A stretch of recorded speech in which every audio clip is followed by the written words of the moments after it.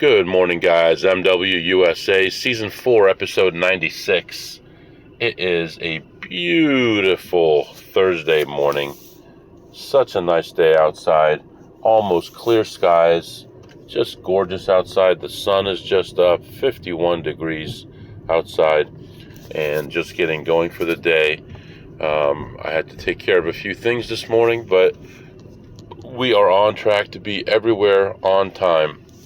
This morning, I do have a meeting with a director, so I got to make sure I'm in a good spot for that, especially because I may have to be on camera. So we want to be in a place where the sun is not shining on my face or half my face, and it'll be obvious that I'm not at a house or somewhere. Technically, I have an 8:45, a 9 o'clock, a 1 o'clock, another 1 o'clock, and a 2:30. In actuality, just the afternoon ones are the ones that matter. So I'll make sure that those are good. So I'll figure out my exact plan here. One of them is an hour long, and it's a collaboration effort on a project. And then the other one is a meeting that comes every other week, in which we discuss with a certain team what's on their mind as far as their vulnerabilities and, things like that. So nothing too major, nothing too exhausting or difficult. I think next week I might be on call, so I got to pay attention for that. Other than that, I'll just take care of emails and stuff in a little bit. 8 o'clock, I will be calling to pay that traffic fine, and it should be in good shape after that for quite a while. So I'm also going to need fuel again before my first stop. So I'll be mindful of how many miles I have left, and we'll stop for that here pretty soon. So that's what's going on right now, and I'll be back to update you. All right, guys, I'm back. I got to tell you this story because this is the oddest thing. So I called to pay this speeding ticket that I got finally. I call it exactly 8 o'clock when they open up. And immediately I get a message, due to higher than expected call volume or whatever. But then someone answers right away, so I'm good.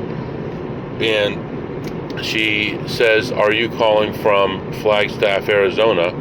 And I'm like, "How did you know that? I mean, I'm not in Flagstaff, Arizona, but that's where the ticket was." And she's like, "Oh, it knows by your region that you're calling from." Do you think so? No, I don't think so. I think it's because you saw my phone number and it referenced my phone number to the ticket that is in your system. And so I gave her my name. I gave her the citation number, which is like 18 characters long. And she got that fine. All those numbers, no problem. And then she asked me my name. Joe, like Joseph. Jof? No. Joseph.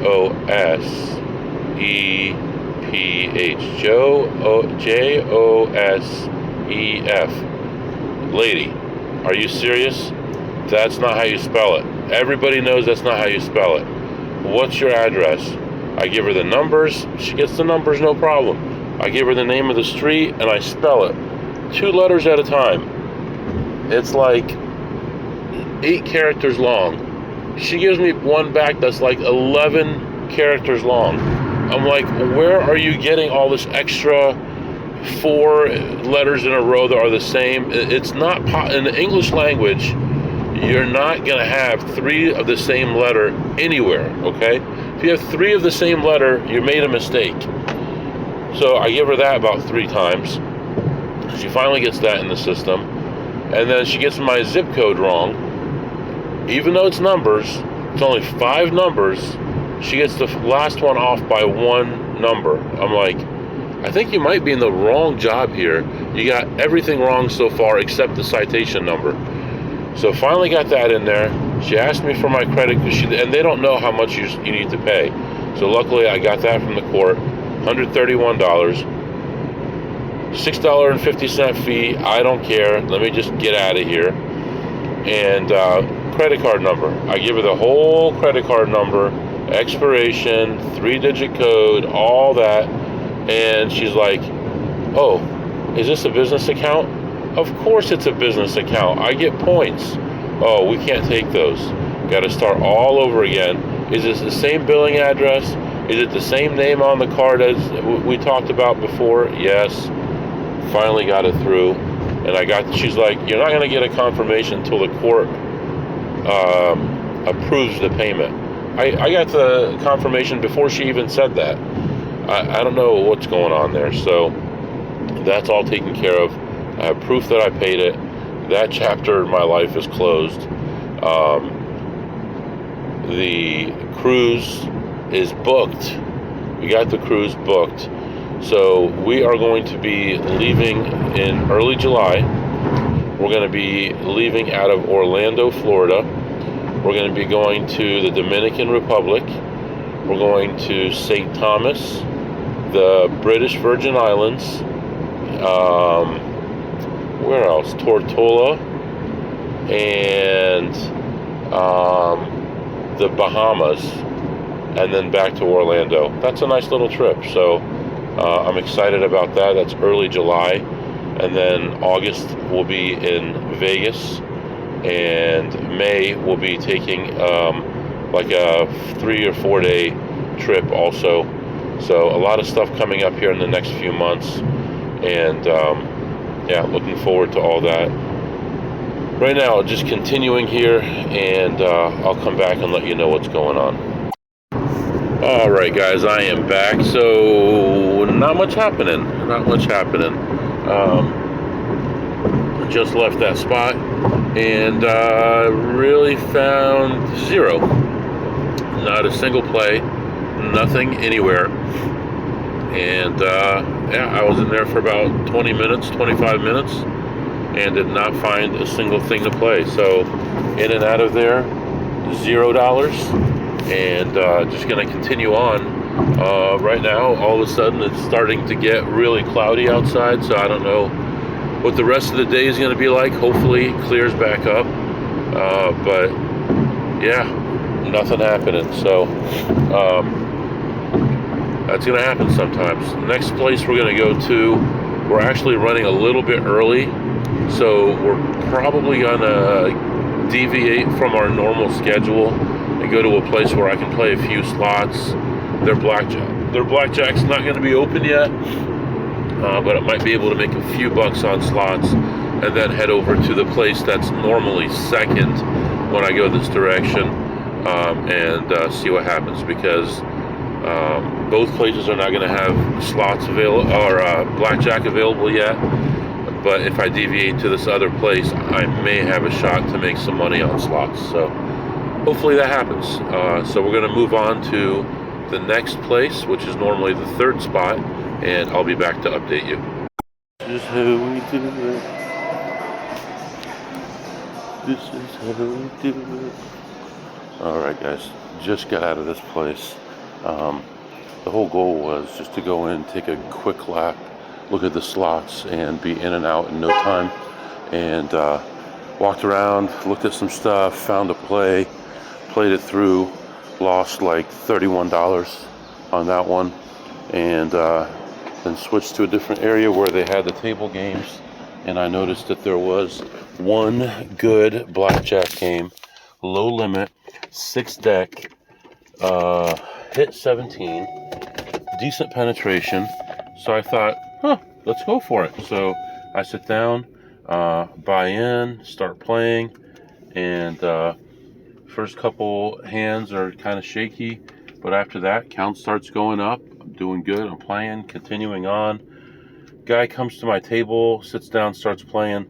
At this point, I've got like a true 2, so I'm like, really kind of bad timing here, but he comes in with just a couple $100. I figured, how long is this guy really going to last?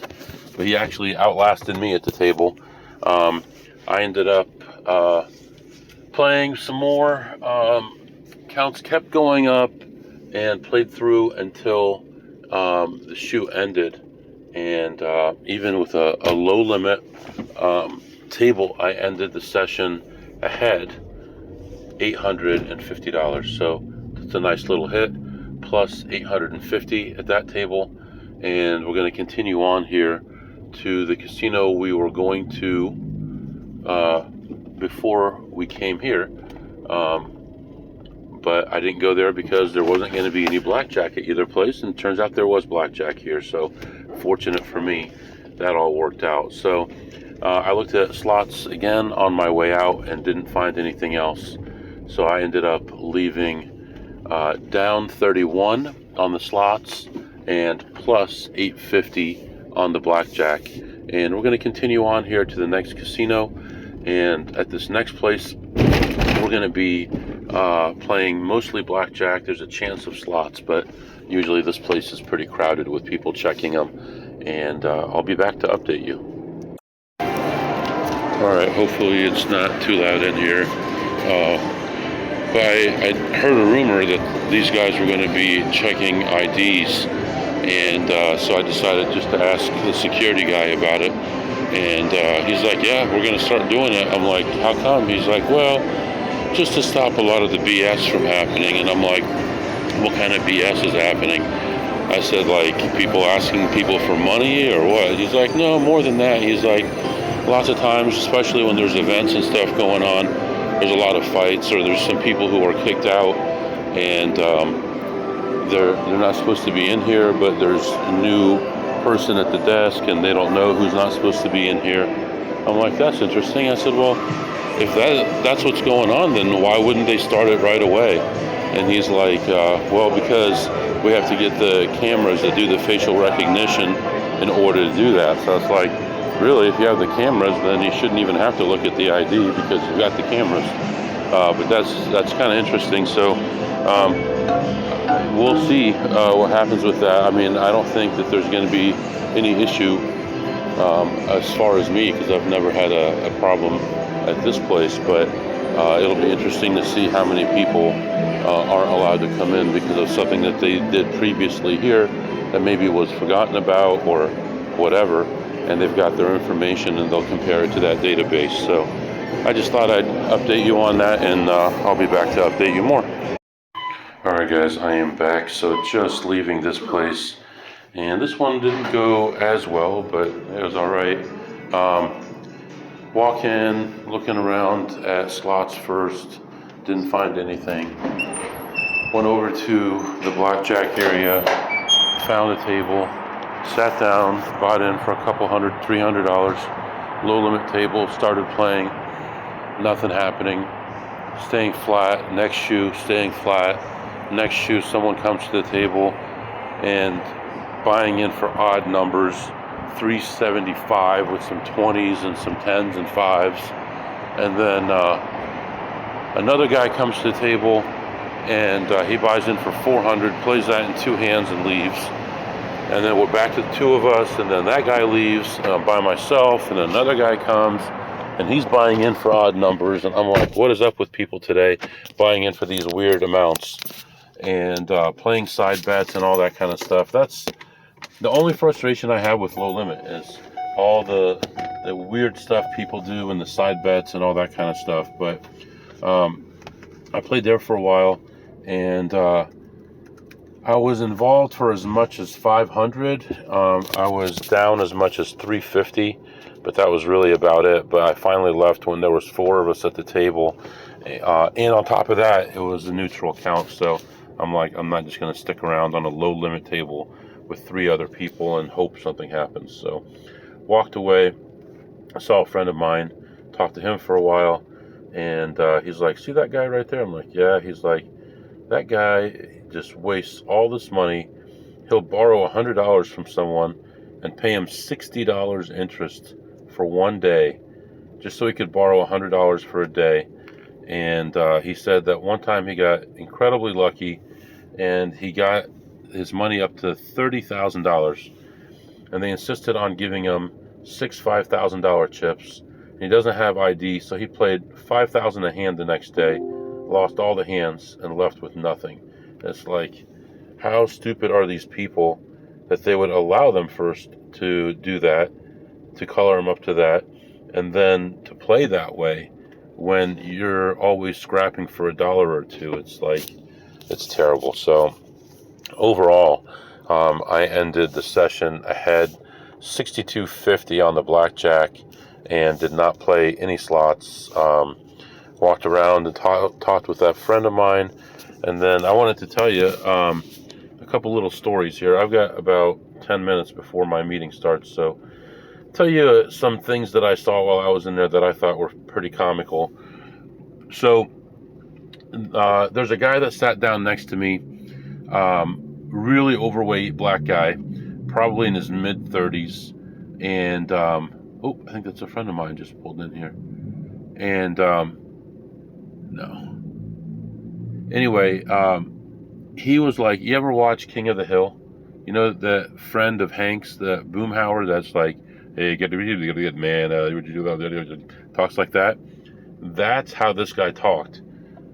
No black accent. No, he talked like a white guy with that weird Boomhauer sound. It didn't fit him because he's this big guy and sounds like this. Anyway, I thought that was funny. And then across from me was a roulette table, and there's this real short, probably Filipino lady, and she's playing.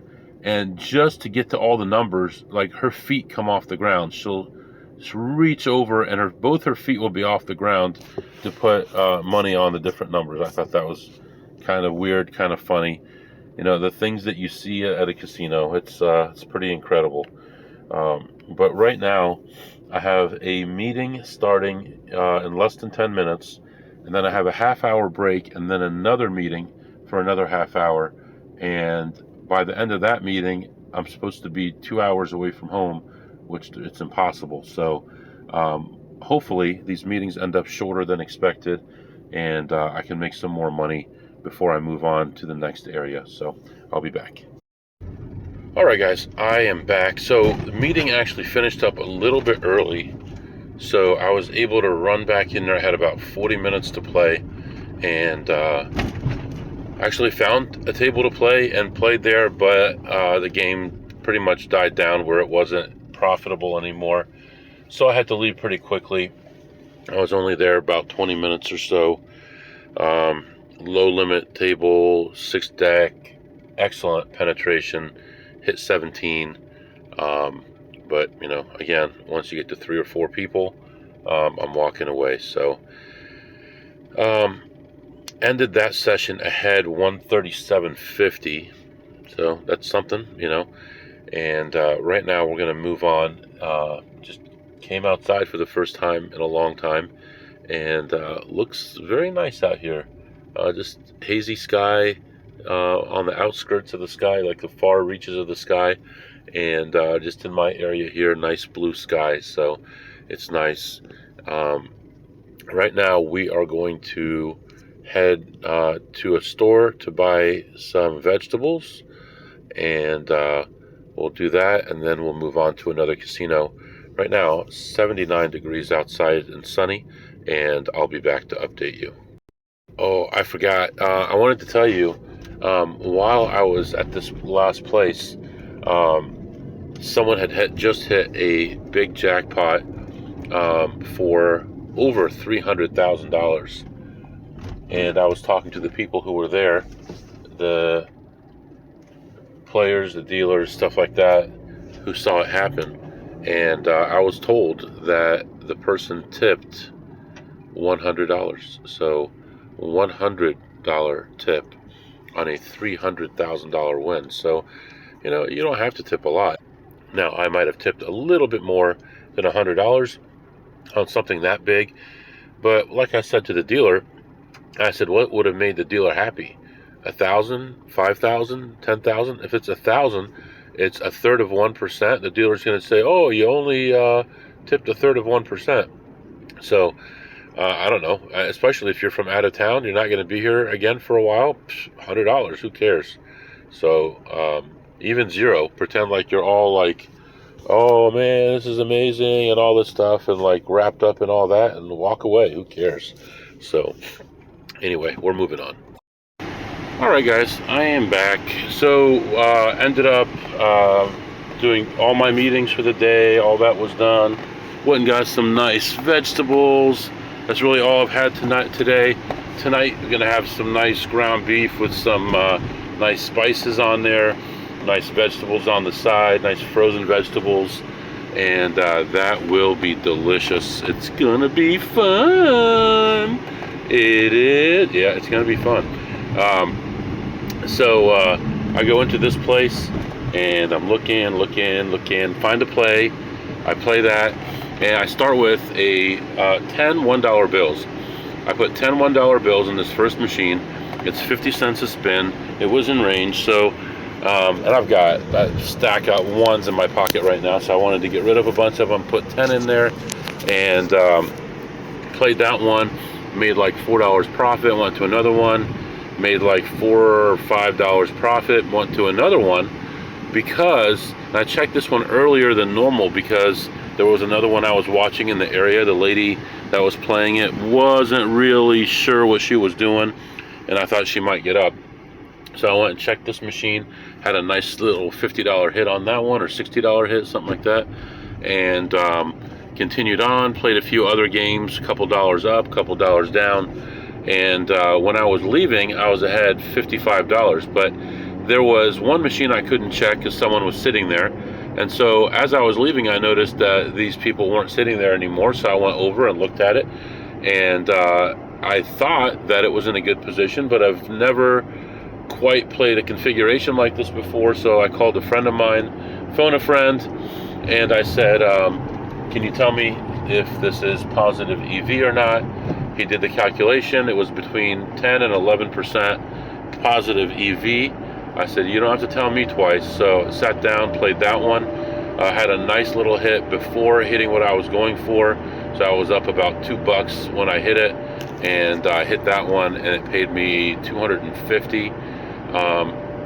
Basically, long story short, I was in there for about half an hour, maybe slightly longer than that, and ended up leaving ahead $307 Rinos. So plus 307.